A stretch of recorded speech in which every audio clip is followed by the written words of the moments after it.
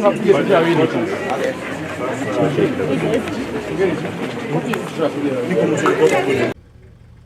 Honorable Stephen Kalonzo Musyoka, kiongozi wa DAP Kenya, the Honorable Eugene Wamalwa, honorable members, senators, MCAs, and all leaders present.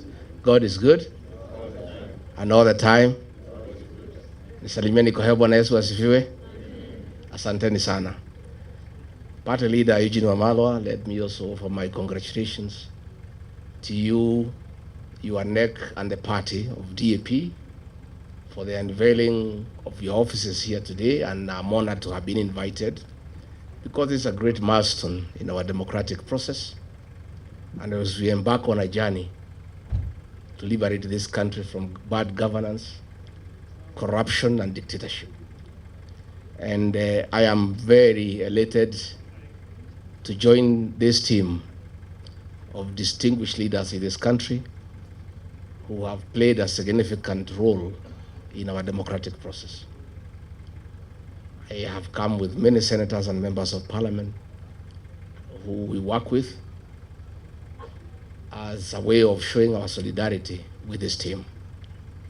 I want to give my commitment and that of my team and our supporters, and there are many, they are in millions, that we are part of this team and we'll walk this journey together to liberate this country. And we shall make whatever sacrifices necessary to make sure that William Ruto is a one-term president. People have short memories.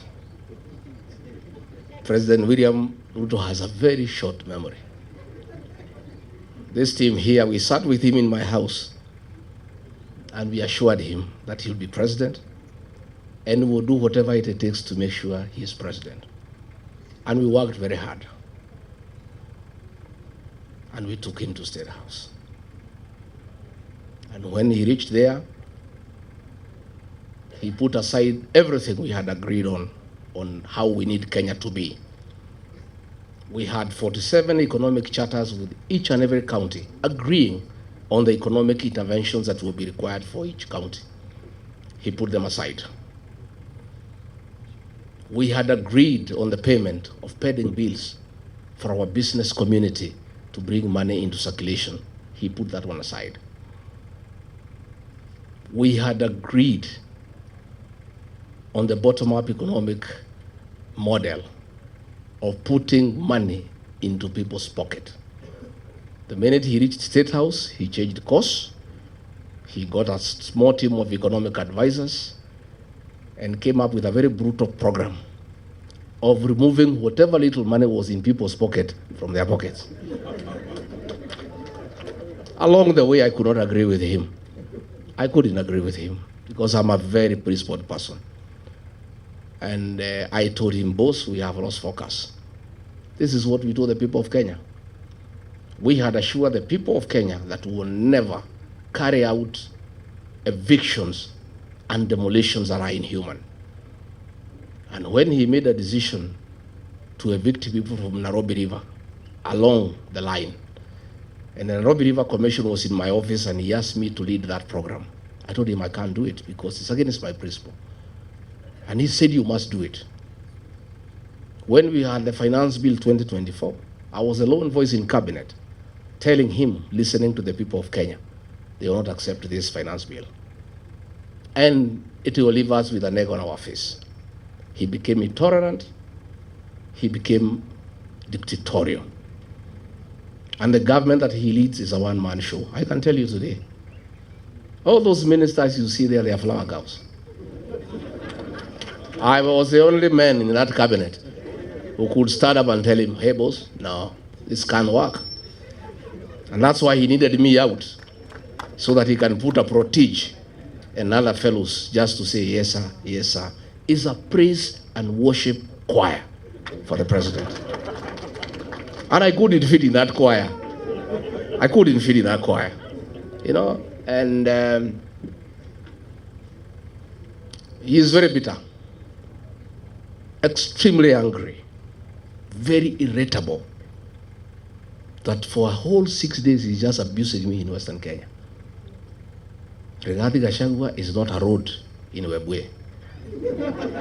He is not a hospital in Vihiga. He is not a water pan in Kakamega.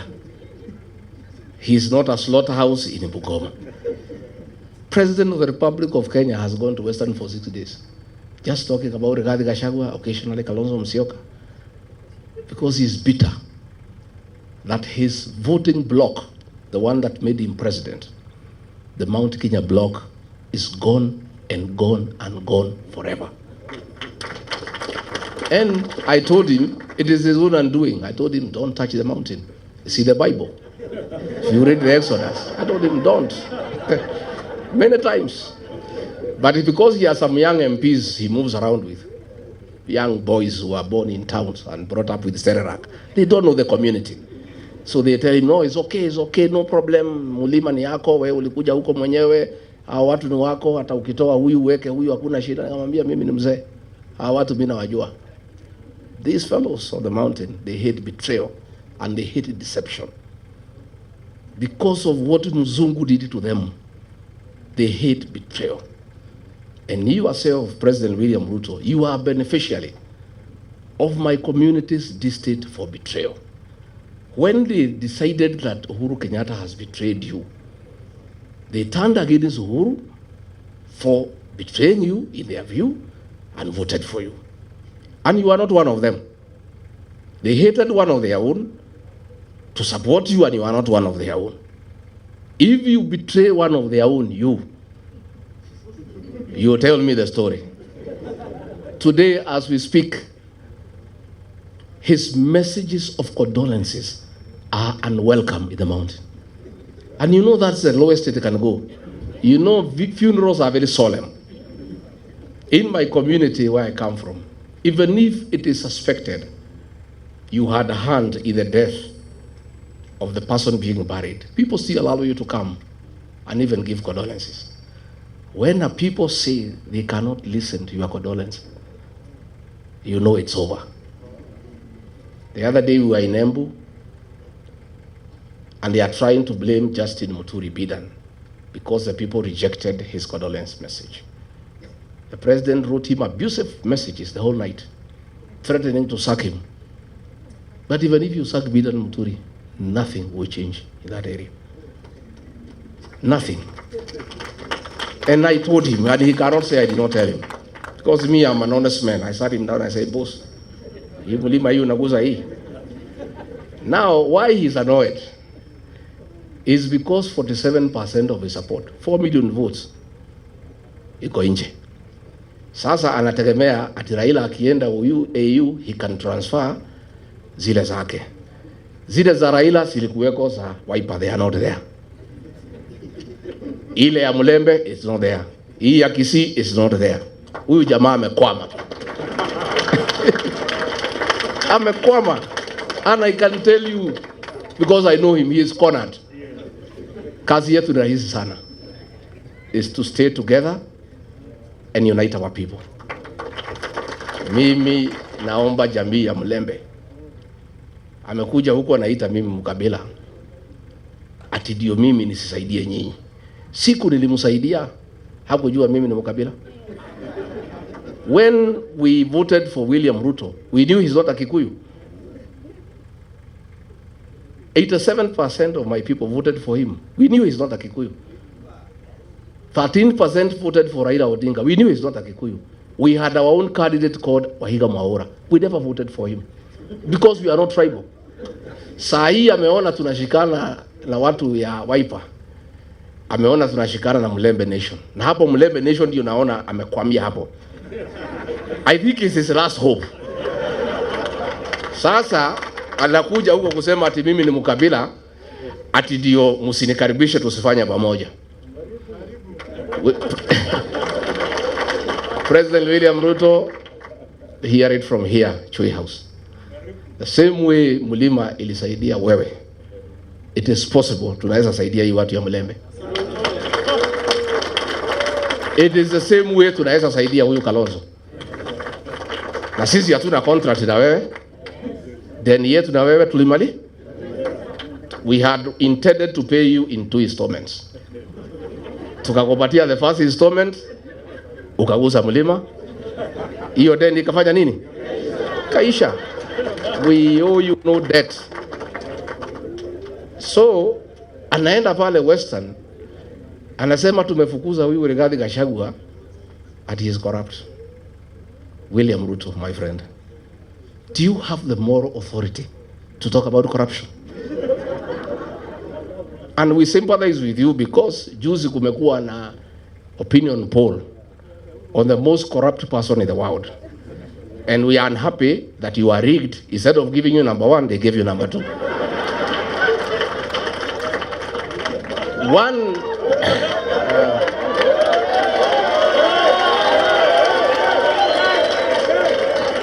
Let me say, I want to say, let me say, President William Ruto could not agree me to stay in government because I could not agree to corruption. The State House of Nairobi is the real center of corrupt activities. And there are two, watu wawili, moja anaitwa Adil na mwingine anaitwa Jayesh. These are the conveyors of corruption in this country. Na ndio watu wenye she and sha. Ndio wale watu ya Adani. Na hao watu wakija kuona rais, hata ukiwa deputy president ama minister, utamungoja hapo saa 5 akiongea na hiyo watu, wakipanga hiyo mane. So Mr. President, be an honest man. Look for a mirror before you talk about corruption and look at yourself.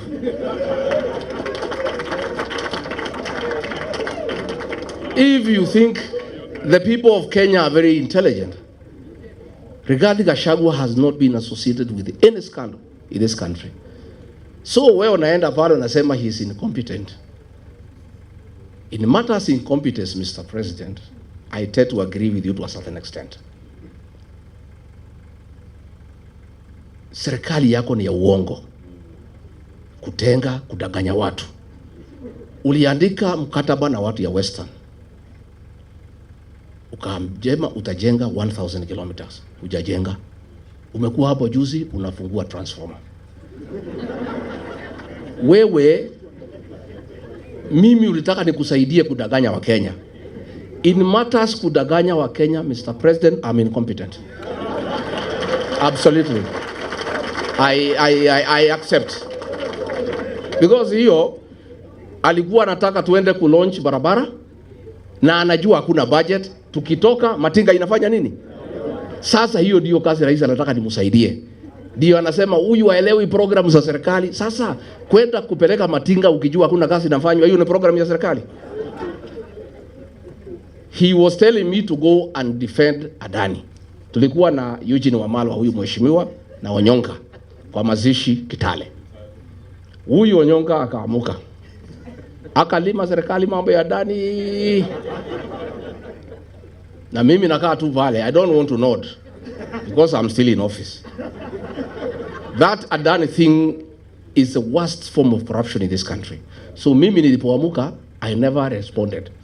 So one of the PAs ya mkubwa akanipigia simu. Mtu yuko huko, mtu ya Standard 6. Wewe ni deputy president ya saa ngapi? Maana ya deputy president, you speak last. Dio ile maneno yote iko baya ya serikali ukanu. Kwa nini huyo Onyonka alilima serikali mambo ya Adani and you are not defending? Nikamwambia I cannot answer you. Tell your boss to call me. So president amenipigia, nimemwambia mimi siwezi. That thing is corruption. I cannot defend it, Mr. President. I cannot. That is why he is saying I was not defending government programs. Sasa corruption, is it a government program? So wanasema ati I'm incompetent. Hii mtu hakuna kitu anaelewa. Sasa kama serikali ni wizi tupu, sasa what is there to defend? Walinipeleka Senate ati nimekataa watu watolewe Nairobi River. Walinishitaki nimekataa watu wafukuzwe Marigiti Market. Those are things I could not do. Ukiangalia hii maneno ya affordable housing, it is the worst fraud against the people of Kenya. And it's good today I tell the country. And those are things he was telling me to go to TV to defend. I told him I will not. Mimi pia ni kichwa ngumu. That housing, initially we believed in the president. That ni ya kuleta ajira, nini, maneno kizungu mingi, we looked okay. Until it came to my attention, it has nothing to do with housing. Ni biashara. Ya kwamba PS wa housing. Ukitaka kujenga affordable housing, you must go and sign a subcontract na kampuni ile tauza simiti na chuma na mabati. Na hiyo kampuni watu wale wakubwa zaidi Kenya wako ndani ya wapi? So this housing levy inatolewa kwa watu ya Kenya is to make sure these houses are going on, ndio hao wauze simiti, wauze chuma, wauze mabati. That is what the president is accusing me of not understanding and being incompetent. Sasa mimi nauliza, na mimi nataka niseme, I want to assure the people of Kenya, this team I see here, and when I listen to the people of Kenya, because I listen a lot, once a new government is sworn in, that housing levy will have to be abolished so that we restore the dignity of the payslip. The dignity of the payslip. Wakenya wamehangaishwa zaidi. Na nimeona mpaka yule mkubwa ya wafanyikazi amekuwa ameingia kwa hiyo praise and worship team. Watu nakazwa mambo ya NSSF, mambo ya haongei. Kazi yake ni praise and worship. Those are the things sisi ambaye tumeshindwa kufanya. So finally ndio nimalize, because I wanted to tell the president, usidanganye wa Kenya. Useme ukweli, tulikosania corruption because wewe ndio unaeneza corruption na watu yako. Na it is impossible to make any progress in this country unless we sort out this country in terms of leadership. We'll sink lower and lower.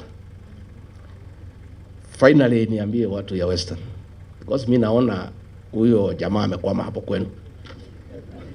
Nyinyi mko na bahati that we are here to advise you. Alienda kwenu siku 6. Kwetu he was there 6 days out of 7 every week. Hakuna kanisa hajaingia. Hakuna barabara hajui kwa jina. Hakuna soko hajui kwa jina. And he would memorize. We were very impressed. Anataja barabara, Wakikuyu wanasema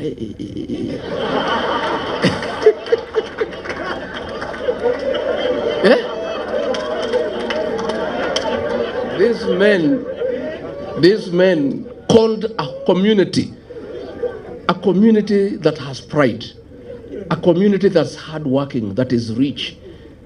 Watu wamesoma. He called all of us, our bishops, our reverends, our pastors. Hata huyu Waititu na mimi Rigiji, he called all of us. Alikuwa anakuja kwa dhadi ya osho. Sasa amekuja kwenu musangarere mwivalamu. That is the same script. Nyinyi mkikubali mutalia vile watu ya mlima wanalia. All those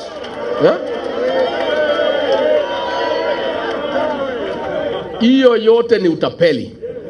All those things is promising he will not do anything.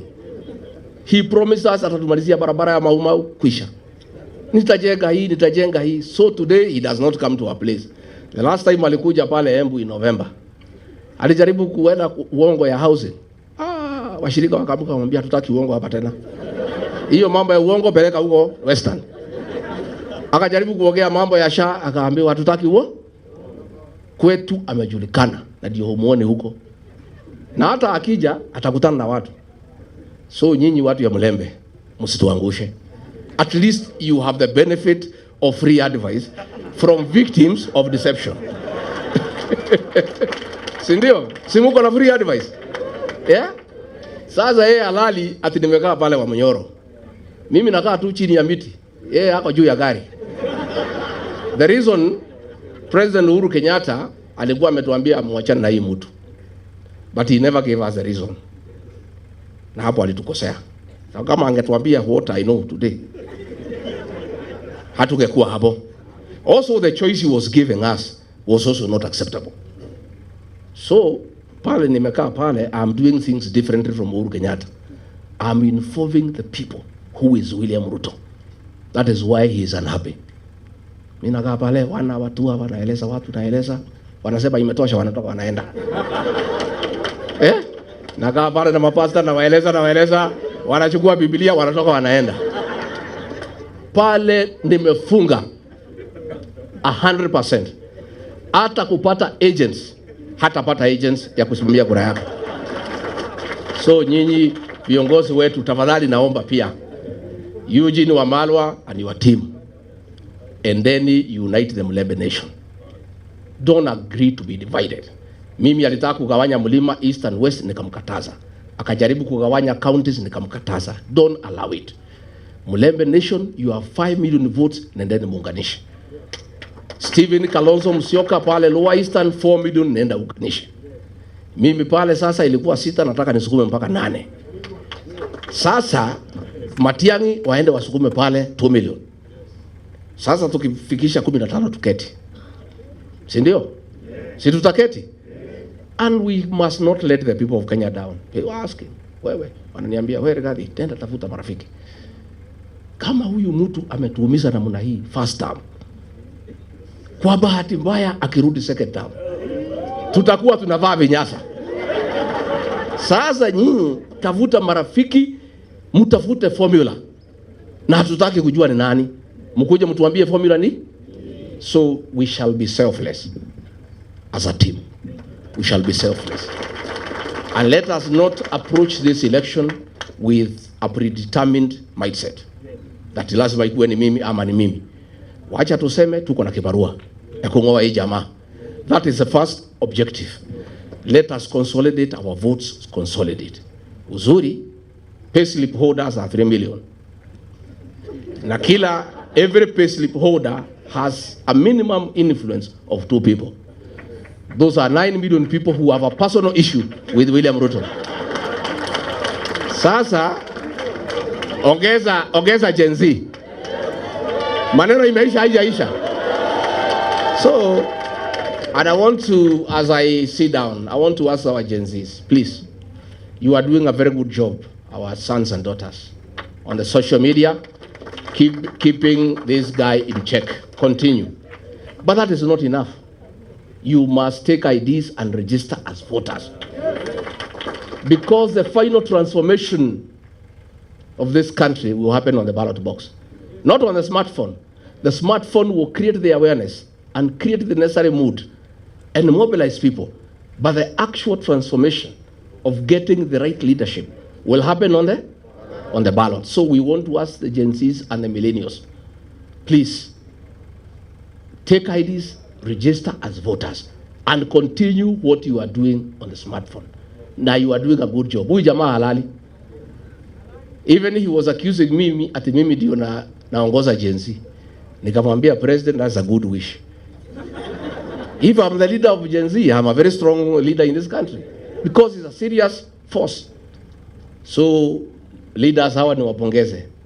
This journey is not for the cowards and the faint-hearted. This man is angry and therefore dangerous. I must tell you. Alituma watu Limuru, walitaka waniue. Mungu akanisaidia. Siku ingine ametuma askari anitupie tear gas huko Shamata. Siku ingine ametuma criminal gang kuumiza bibi yangu. What he must know is that some of us, and he knows as well, of course he is forgetting, when the fourth administration was against him and persecuting us, we stood with him and never feared. Sisi si watu ya kuuziwa uoga, hata tukiuziwa hatuna pesa ya kununua. But I want to tell these leaders, you must be steadfast. You must be on the right side of history.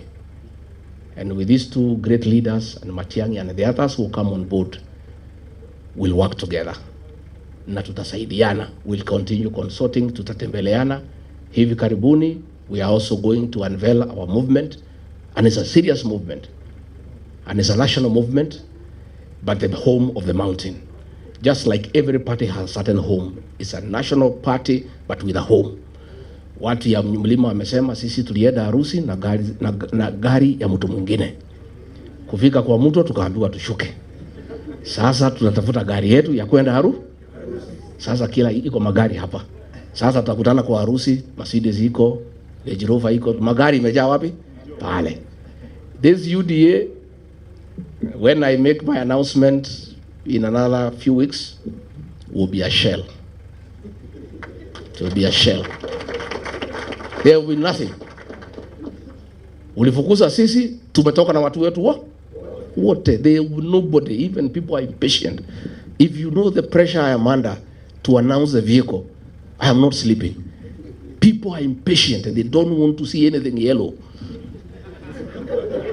You know? So, sisi tutauda gari yetu na itakuwa ni gari kubwa na ya Wakenya wote. Na tunataka tuungane pamoja na hao wengine tupange Kenya. And we mean well for this country. Na mtu asikuambie ati sisi ni wakabila kwa sababu tunaunganisha nyumbani. You would be stupid to go to the national table before you organize your house. Lazima kila mtu apange nyumba ya. Alafu ndio tuketi kwa meza ya Kenya, si ndio? So we must all organize our houses so that tutengeneze nyumba hii, tutengeneze hii, tutengeneze hii, tutengeneze hii. Yeye he is bitter kwa sababu hii yangu alikuwa anafikiria ni yake. Sasa amejua si yake. Sasa ako na machungu. Na there is nothing we can do, hatuwezi msaidia, pole. Wewe omba Mwenyezi Mungu, huyu mzee aende EU kama he can give you his base. I don't know whether loyalty is transferable. Whatever he can give you, you see what to do with it. Hii ya Western naona kama imeenda, Ukabani imeenda, ya Kisii imeenda. Sasa pale kwake tutapambana. Hata sisi tutakuwa hapo. Baba akienda, ile tabaki pale tutangangania na wewe. Si tutangangania? Kwa sababu watu there are some guys who came to see me from Siaya. Wanasema, they came to my house. Wanasema, sikia, tukiji. Sisi, our loyalty is not transferable. Sisi ni watu ya baba. Akishaenda AU, tuko free. Na sisi vile tunaona yeye ni mtu ya kusema ukweli, tunaweza enda So, even that Nyanza, baba akienda, will be there also. Because there are also people who want to join the rest of Kenya. So, mimi nimefurahi sana and thank you very much. Na tumeshukuru DAP Kenya, continue consolidating. Until Governor Natembea asiuziwe uoga. Na hata akiuziwa asinunue. You know they were saying that when they impeach me at I am finished at 2 weeks alidanganywa na vijana hapo hii ya town. Hii mlima they have no use for any leader who is not having a position. Tukitoa huyu wanawachana naye wanachukua yule mpya. Sasa kila siku wanaongea juu yangu. Na bado wacha tuweke gari tuungane na hao viongozi and then tutembee. Na mwaka hii ya 25 ndio ya kujipanga. 26 ni si ndio? Hii 25 tupangapange and we'll agree so that we have enough members of parliament. We'll sit down so that we don't compete against each other. Kama hii Nairobi we have 17 constituencies. Nilikuwa nafanya hesabu naona between this team we can take 15 out of 17. Hii governor ya Nairobi tutachukua asubuhi mapema. Within this team here, we just sit down and do proper arithmetic. Nakuru, everywhere, Mombasa, will sit down so that we don't fight against each other. Tutapangana vizuri, ndio tuone maisha itakaa namna gani. Otherwise, I want to say thank you very much. May God bless you. Mutasalimiana? Mutakuja kutembea Monyoro? Mutakuja siku gani? Asanteni.